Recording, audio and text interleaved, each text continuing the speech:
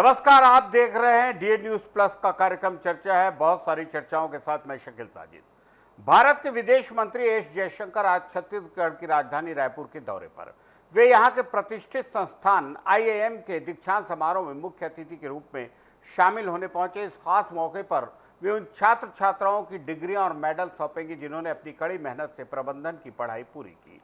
विदेश मंत्री का यह दौरा छत्तीसगढ़ के शैक्षणिक जगत के लिए काफी गौरव की बात मानी जा रही है।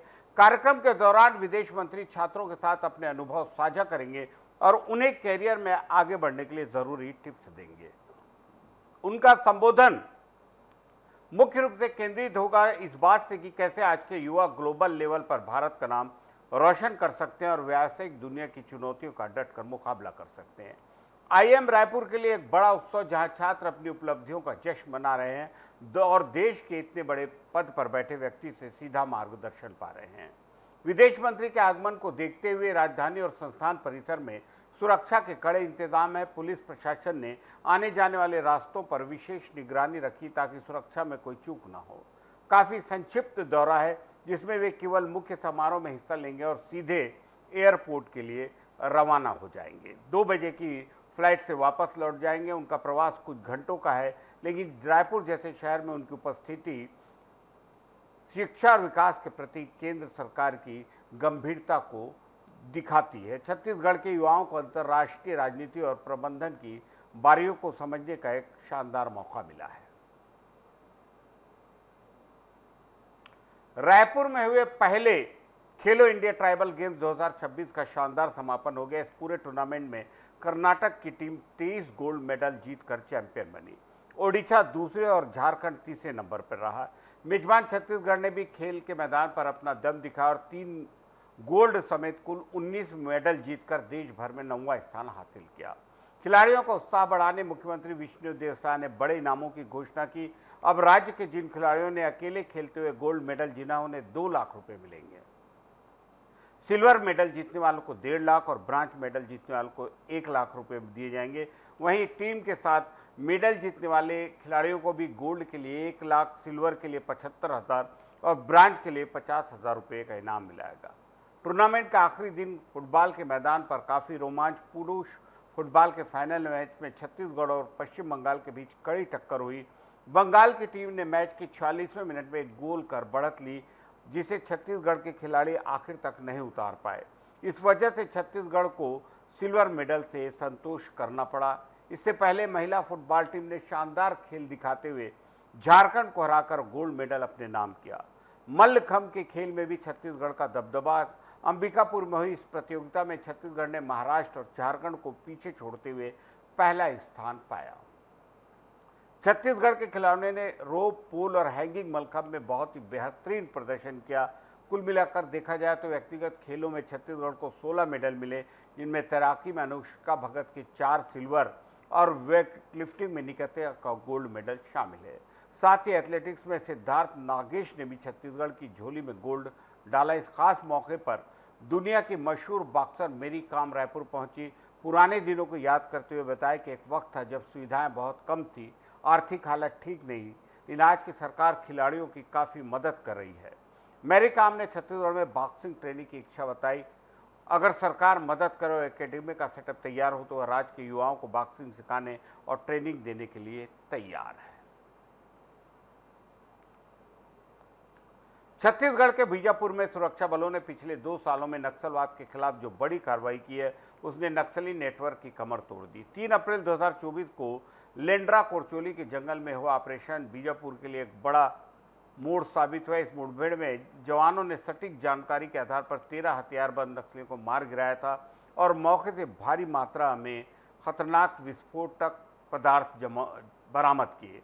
कामयाबी ने सुरक्षा बलों के हौसले बुलंद कर दिए और इलाके को नक्सल मुक्त बनाने की दिशा में महत्वपूर्ण कदम रहा।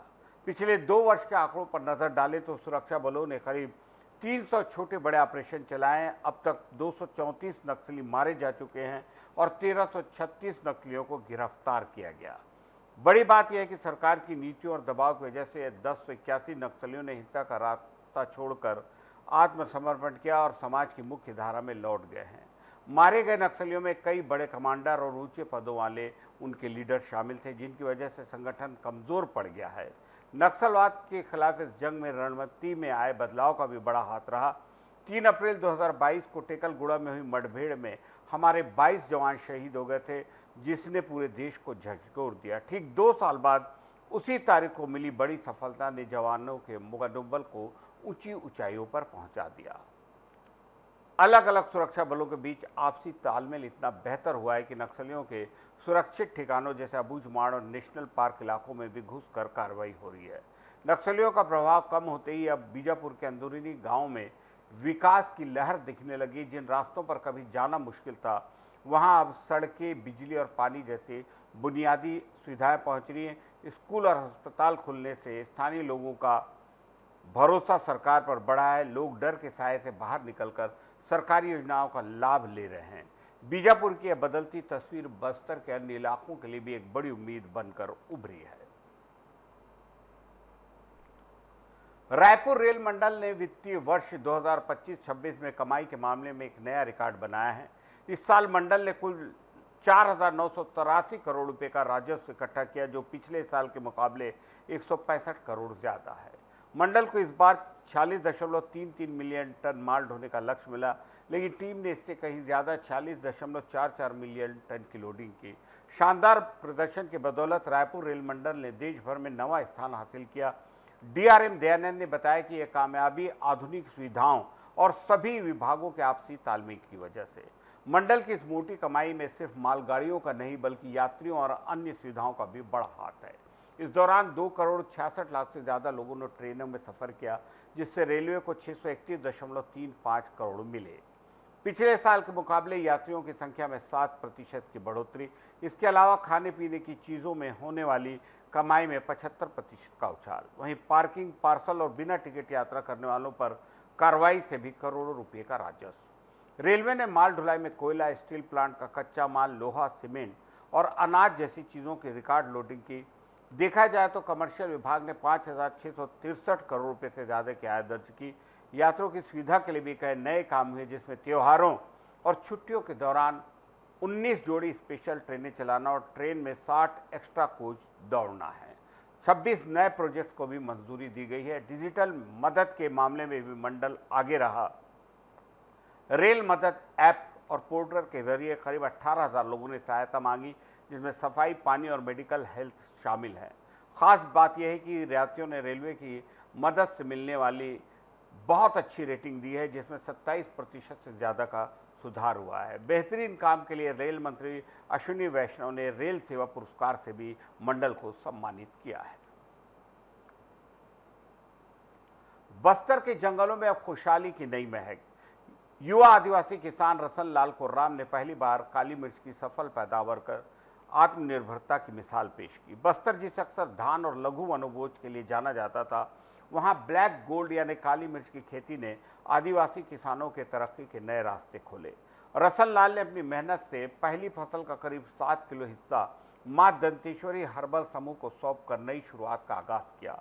बदलाव की नींव करीब 1 दशक पहले मिशन ब्लैक गोल्ड के जरिए रखी। डॉक्टर राजाराम त्रिपाठी की संस्था द्वारा बस्तर के छोटे किसानों को काली मिर्च की उत्तम किस्म के पौधे मुफ्त दिए गए।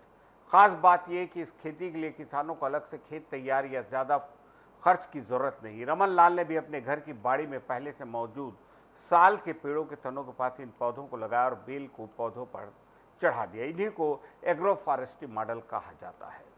शुरुआत में जानकारी की कमी के कारण रसन लाल के कुछ पौधे खराब जरूर हुए, लेकिन उन्होंने हिम्मत नहीं हारी। कोडा गांव जाकर काली मिर्च को उगने और सहेजने की बारीकियों को समझा। नतीजा साफ के सामने है।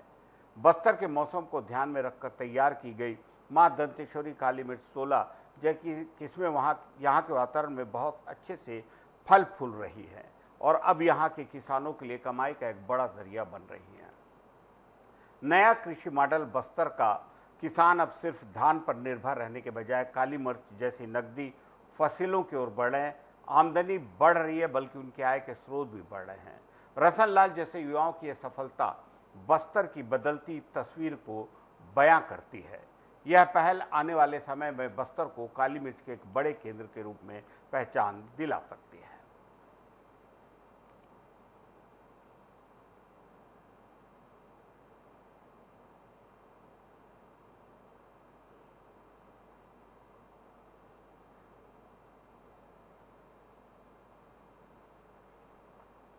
देशभक्ति और जोश से भरी कविताएं लिखने वाले मशहूर कवि माखनलाल चतुर्वेदी का 4 अप्रैल 1889 को मध्य प्रदेश के होशंगाबाद जिले में बावई गांव में जन्म हुआ था। शुरुआती पढ़ाई घर पर की, उसके बाद वे पढ़ाने के साथ साथ साहित्य लिखने के काम में जुटे। साल 1913 में प्रभा नाम की पत्रिका का संपादन किया। उनकी मुलाकात क्रांतिकारी गणेश शंकर विद्यार्थी से हुई। देश प्रेम का माखनलाल जी पर गहरा असर पड़ा। वे पूरी तरह देश सेवा में लग गए। आज़ादी की लड़ाई के दौरान 1921 के असहयोग आंदोलन में जेल गए। माखनलाल चतुर्वेदी के 3 मुख्य तरीके थे। पहला पत्रकारिता, जिसके जरिए उन्होंने लोगों में देश के प्रति प्यार जगाया। दूसरा साहित्य, जिसमें उन्होंने कविताएं, नाटक और कहानियां लिखकर समाज को नई दिशा दी। और तीसरा उनके भाषण, जिनके जरिए वे सामाजिक और राजनीतिक मुद्दों पर खुलकर बात करते।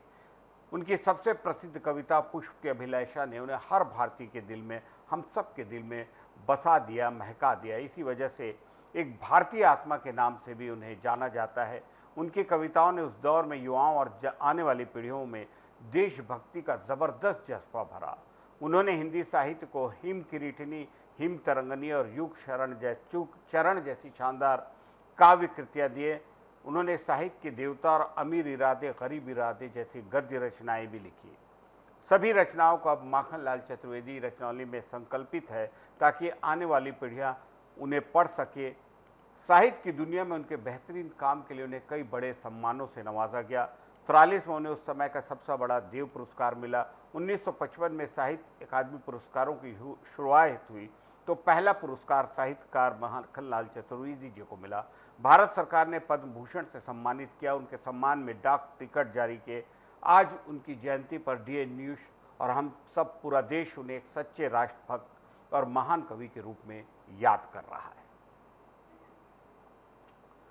आज के लिए इतना ही। चर्चा में इजाजत दीजिए। शकील साजिद को नमस्कार।